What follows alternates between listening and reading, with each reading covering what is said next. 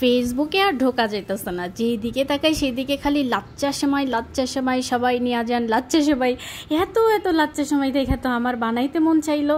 বানানোর পরে ছবি তুলে জামাইরে পাঠাইলাম, জামাইরে জিগাইলাম 10-এ কত দিবা, জামাই আমার কয় 10-এ 1-10। এই যে এত সুন্দর একটা জিনিস বানায় ফেলাইছি, আপনাদের সাথে শেয়ার না করলে হয়। 1.5 কাপ পরিমাণে ময়দা, 1.5 চা চামচ চিনি, তার মধ্যে প্রায় 1 কাপের কাছাকাছি পরিমাণে পানি লাগছে ওটাকে ময়ান দিতে। ময়ান দিয়ে 10 মিনিটের মতো উপরে একটু তেল লাগায় রেখে দিয়েছিলাম। এই যে 10 মিনিট পর আবারও একটু ঘষাঘষি করলাম।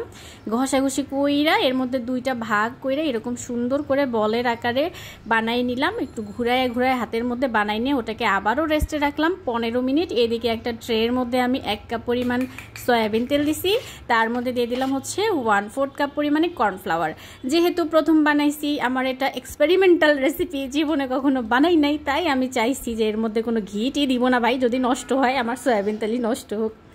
এরপরে ওখানে ওই তেলটা মাখিয়ে রেখে তারপর এখানে আমি ওই যে আটার ময়দার যে বলগুলো বানায় রাখছিলাম সেটাখানে আরও একটু ভালো করে ওটাকে মথে নিয়ে মাঝখান দিয়ে একটু ফুটা কইরা নিয়ে তারপর ডোনাটের মতো শেপ দিয়ে একটা তেলের মধ্যে রেখে দিলাম। আর একটার মধ্যে একটুখানি অরেঞ্জ কালার মেখে সুন্দর করে সেটাকে ওইভাবে ডোনাটের আকারে দিয়ে তেলের মধ্যে ডুবাই রেখে দিলাম প্রায় 30 মিনিট। এই 30 মিনিট পর দেখেন কি সুন্দর লম্বা লম্বা টাইনা নিচে পড়তেছে একা একাই। তো তারপরে 2 হাত লাগাই নিছি, 2 হাত লাগাই নিয়ে এটাকে এভাবে একটু মানে কি করতে হবে, এটাকে টাইনা একটু লম্বা করতে হবে, কিন্তু একেবারে উপরে তোলা যাবে না। ট্রের মধ্যে রেখে একটু টেনে এটাকে লম্বা করে এরকম করে প্যাচ করে দিয়ে দিতে হবে।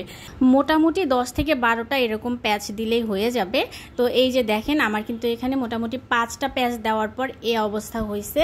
আর 5টা প্যাচ দেওয়ার পর আমি খুব সাবধানে কাজটা করতেছিলাম, কারণ এই পর্যায়ে এসে ছিঁড়ে যাইতেছিল। আর এখন হচ্ছে 12টা প্যাচ আমি দিয়ে ফেলছি। দেখেন কি সুন্দর সেমাই হয়ে গেছে। এখন বাকি প্রসেসগুলো সুন্দরভাবে হইলেই হয়।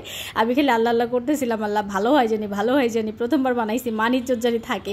তো যাই হোক, তারপর এখন একটা প্লেটের মধ্যে নিয়ে এভাবে চেপে চেপে দিয়ে একদম গরম তেলের মধ্যে ছেড়ে দিলাম। আর এদিকে কাঁটা চামচ দিয়ে এটাকে ছেড়ে দিতে হবে, তা না হলে একদম চ্যাপটা লেগে একটার সাথে আরেকটা লেগে যাবে।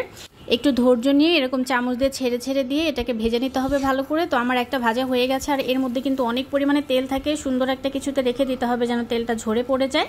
তো আমার আরেকটা এটাও ভাজা হয়ে গেছে। এই যে দেখতে পাচ্ছেন কি সুন্দর সুন্দর একদম ছাড়া হয়ে গেছে। আমি চামচ দিয়ে ছেড়ে দিছিলাম, আর তা না হলে কিন্তু ওই যে বললাম যে একদম চ্যাপটা লেগে যাবে একটার সাথে আরেকটা। তো তেলগুলো ঝরিয়ে নিয়েছি। এভাবে ঝরিয়ে নেওয়ার পরে উপরে আমি একটু বাদাম দিয়ে গার্নিশ করে দিছি। এখন হচ্ছে আপনাদেরকে আমি দেখাবো এটা রান্না করার পর আমার কি অবস্থা হয়। অনেকেরই দেখছিলাম যে একদম মোটকা হয়ে গেছে, রান্না করার পরও সুন্দরভাবে গলে যায় নাই, ভালো হয় নাই। তো এই যে দেখেন আমারটা কিন্তু খুব সুন্দরভাবে একদম চিকন হয়েছে, আর খুবই সুন্দরভাবে নর্মালি লাচ্চা সেমাই আমরা দোকান থেকে যেটা কিনি সেটার মতো হয়েছে। ভিডিও ভালো লাগলে অবশ্যই কিন্তু একটা লাইক করবেন।